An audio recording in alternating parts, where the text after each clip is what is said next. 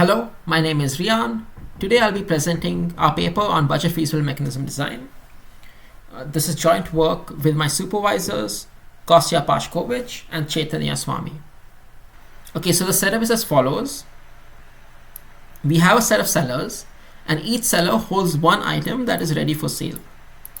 And we have a mechanism designer, and the goal of the mechanism designer is to purchase items from these sellers. The mechanism designer has a valuation function V that provides a value for every subset of items that can be bought from the sellers. We'll assume that this valuation function is non-negative and that the value of the empty set is equal to 0. Furthermore, each seller has a private cost T of E. Okay, this cost is private and it's not known to the other sellers nor to the mechanism designer. The caveat here is that these sellers are strategic agents and they may choose to misrepresent their costs. That is to say, instead of reporting the true costs TE, which are private and not known to the mechanism designer, they may instead choose to report alternate costs CE. The goal of the mechanism designer is to find a subset S of items to buy from the sellers in order to maximize their own valuation function V of S, subject to this knapsack constraint that the sum of the private costs of the items bought from the sellers is at most a budget B. Also, the mechanism designer needs to incentivize the sellers to report their true costs. And I should note that this problem of maximizing the valuation function V of S subject to this knapsack constraint that the sum of the cost is at most B, without this incentive guarantee that the sellers report the true cost, this problem we'll refer to as the underlying algorithmic problem. The function that the mechanism designer uses to figure out what set of items to buy, that is called the allocation function F, and the set of items that are bought will be called the set of winners. So the way that the mechanism designer incentivizes the sellers to report their true costs is by means of payments. So the mechanism designer is allowed to make a payment to a seller that it buys from, and these payments serve as an incentive for truthfulness. And we have a budget constraint on the payments.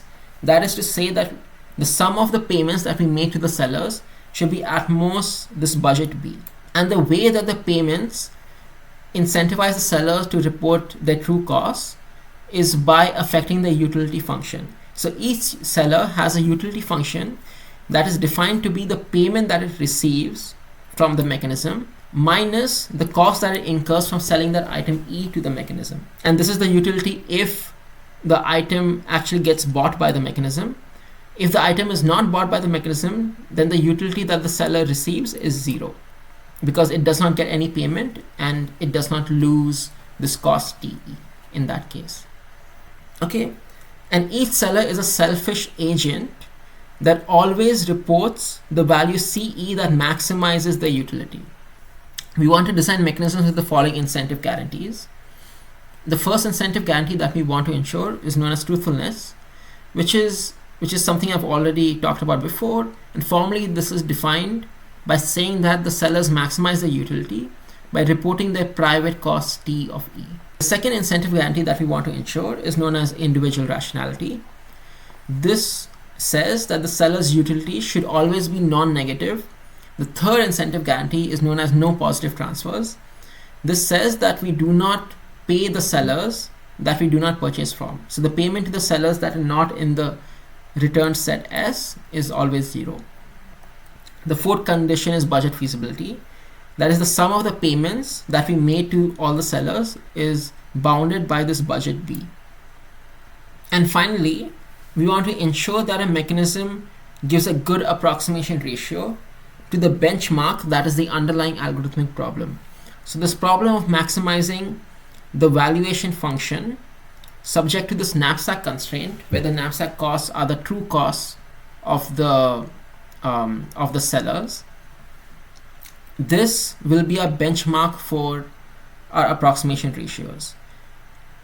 We'll be making use of the following classical lemma in algorithmic game theory, which is known as Meyerson's lemma. So Meyerson's lemma characterizes the set of allocation functions that can lead to truthful mechanisms. So assume we have some allocation function f and fix a seller E, and fix all the costs that are declared by all the sellers except for E, and let's vary the reported cost that is declared by E itself. Okay, and what do I want to do as I vary this cost CE? I want to plot the function, which is the indicator function of whether E is included in the set S or not. So that is E returned by the allocation function or not? Okay, I want to plot this as a function of CE. And suppose the plot looks like the following plot, where initially when CE is 0, the function value is 1. And as CE increases, there's a point at which the function value changes from 1 to 0. And after that point, the function value never becomes 1 again. So after that point, the function value remains 0 throughout. We say the allocation function f is monotone if it has this form. That is, the function value initially is 1, and then at some point it flips to be 0, and then it's 0 forever. And this should happen for every seller E. Okay, and the point at which it flips from 1 to 0, we'll give that point a special name. We'll say that that value is the threshold cost of the seller E. Meisen's lemma says that given an allocation function f, there exists payments P such that Fp is a truthful mechanism if and only if f is monotone. Moreover, if f is in fact monotone, then if we set the payments to be equal to the threshold price for all the elements E that are returned by f, then these are in fact the unique payments that ensure truthfulness, individual rationality, and no positive transfers. Now that we have Meisen's lemma, so now what we want is that we want to design a monotone allocation function f that satisfies the following two properties. The first one is budget feasibility, which says that the total payment that we pay to the mechanisms is within the budget.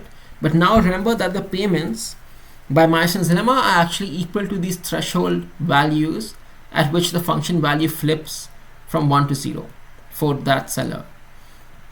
And secondly, we want to ensure that's a good approximation with respect to the underlying algorithmic problem.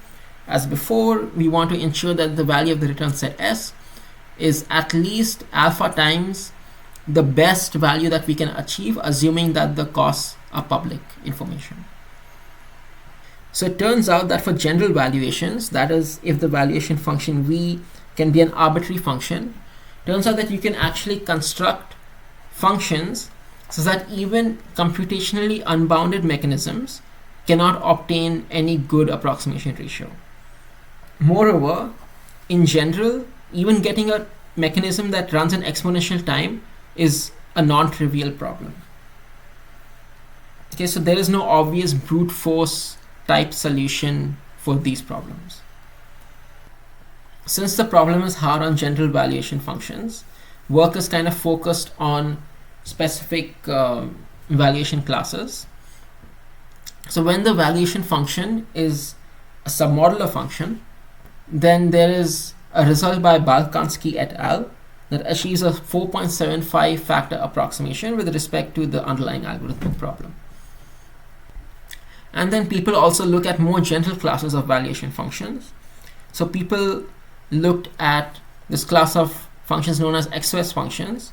So a function is XOS if it is a max over additive functions. It turns out for XOS functions that the original paper of Singer that actually introduced budget feasible mechanisms, they showed that there is no better than square root n approximation, and this is under the oracle model of value oracles. So this kind of motivates the use of more powerful oracles, and the oracles that are used in literature are demand oracles and XOS oracles. So it turns out that for XOS functions, Amanatidis and others showed that there exists a 244 approximation for XOS functions, assuming access to a demand and XOS oracle both. Okay, and also people have studied this even more general class of functions, which is known as subadditive functions. So a function is subadditive if it satisfies the following inequality, that for all subsets S and T, we must have that V of S plus V of T is greater than or equal to V of S union T. So for these functions, work by Balkanski et al. Shows that they admit budget feasible mechanisms that achieve an approximation of log n by log n. And turns out that there is this very interesting result by Bay et al. That shows a constant factor approximation of 512 for subadditive valuations.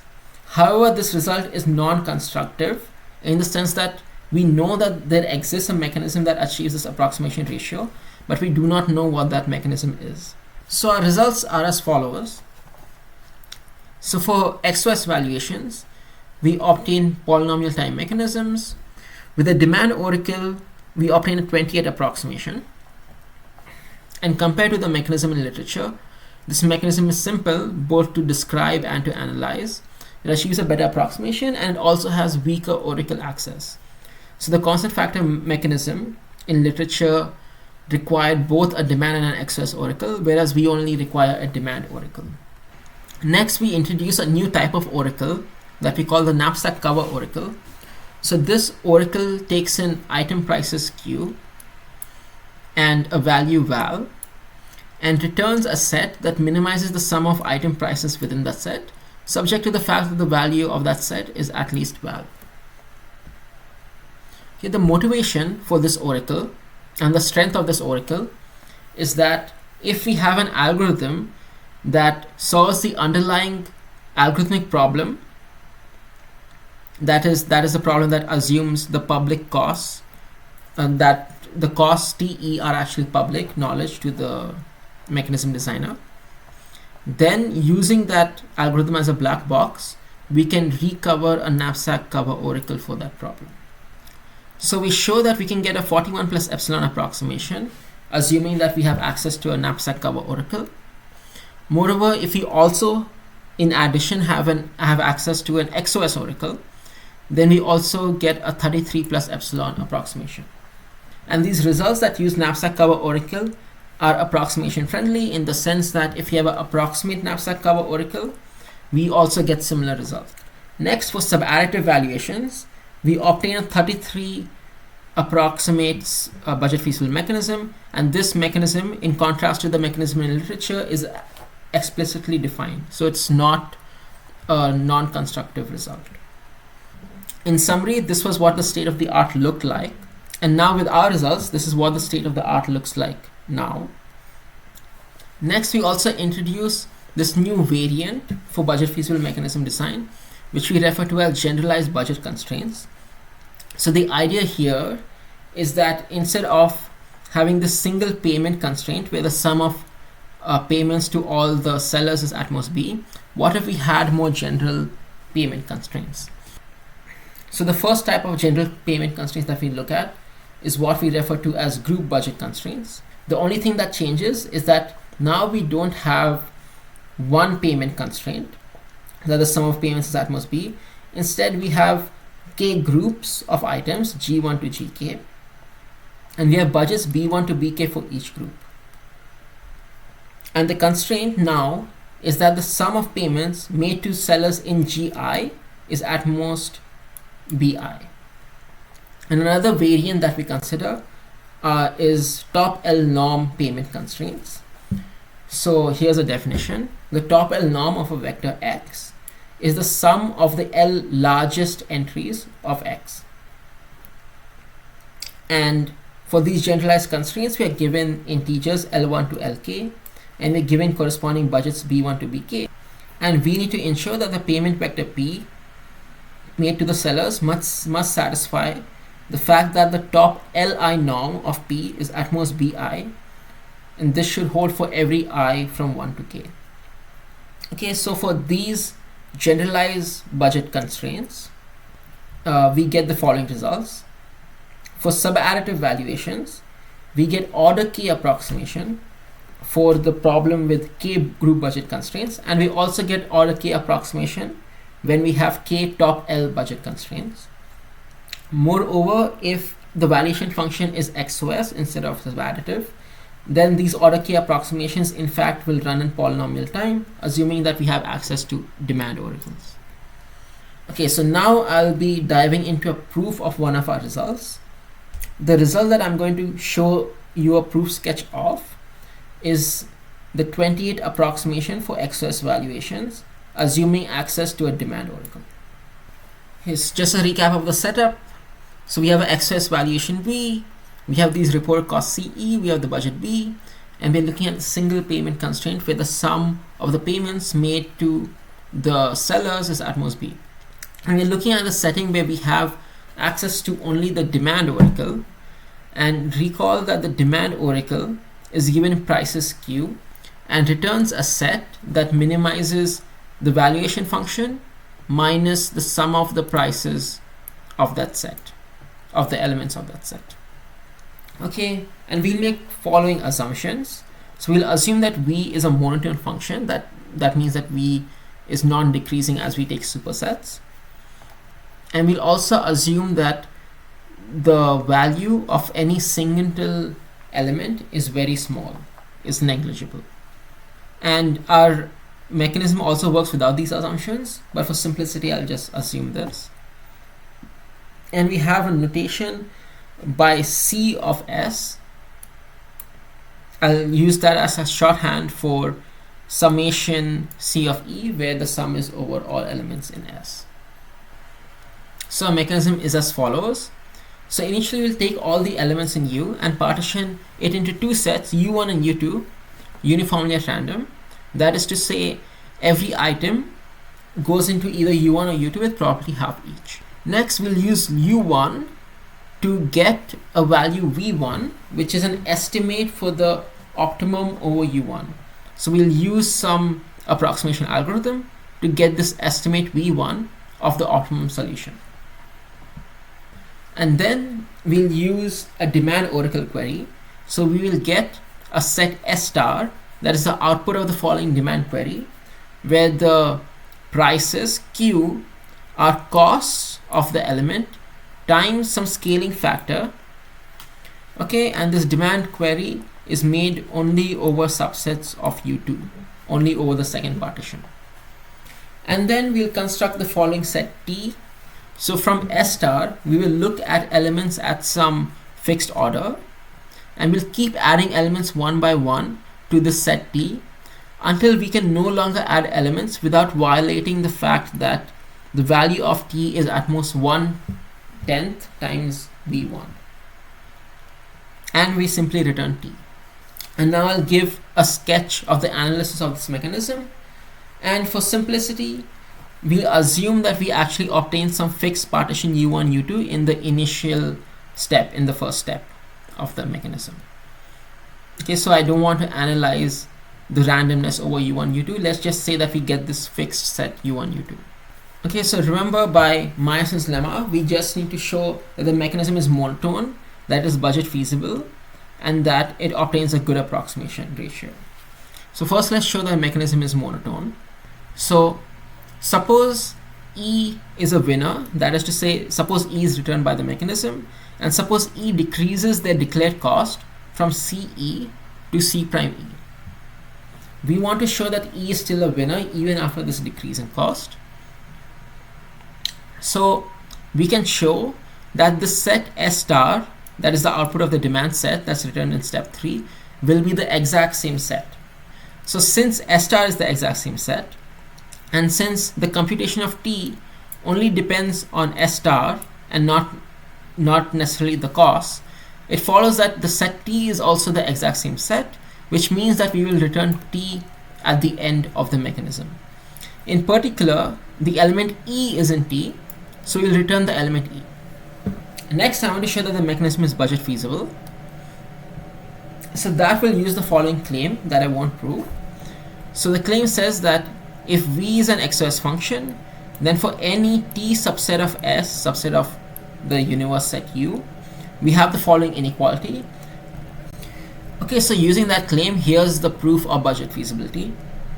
So let E be a seller that was picked by our mechanism, and suppose that seller E increased the cost to a value that is greater than this quantity here. That is, then we can show that in fact the set S star minus E is a better demand set. Now since S star minus E is a better demand set, this means that in step 3 E won't be contained in S star, which means that E won't be contained in T, which means that we do not return E either. So this implies that the threshold cost of E is at most this quantity. By Meyerson's lemma, we know that the payments made to the sellers are equal to their threshold cost. Hence, the sum of the payments made to all the sellers are at most the sum of these quantities that we just bounded the threshold cost for. Okay, and then this expression here is exactly the expression that appears in the claim in the last slide. And so we can use that claim to bound this by V of T. Then using the fact that by construction of T, we know that the value of T is at most 1/10 times V1, we can use that inequality to show that this whole thing is at most V. So that proves monotonicity and budget feasibility. The proof of the approximation ratio, I will skip that for the sake of time. So an interesting property of the mechanism that we just showed is this property that we refer to as no bossiness. So we say a mechanism is said to be no bossy if it returns the exact same set of elements whenever a winner E drops their cost. And if you recall, the proof of monotonicity actually told us that we actually return the exact same set T whenever an element E in T drops their cost. So in fact, this mechanism is no bossy. So it turns out that no bossiness is actually an extremely powerful property to have. It turns out that if the valuation function is subadditive, a no bossy mechanism can be converted into a budget feasible mechanism, only incurring a small loss in the approximation ratio. So in summary, our paper makes the following contributions. Firstly, we showed that in order to get a constant factor approximation for XOS valuations, that we only need demand oracles and we don't need demand plus XOS oracles. Secondly, we introduced this new type of oracle that we call the knapsack cover oracle. Next, we highlight the power of no bossiness, and we show that budget feasibility can be injected into any no bossy mechanism with a small loss in approximation. And finally, we introduce the area of generalized budget constraints. Finally, I'd like to end with an open question. Can we obtain polynomial time constant factor approximation for subadditive valuations? Thank you. These are the references in the talk.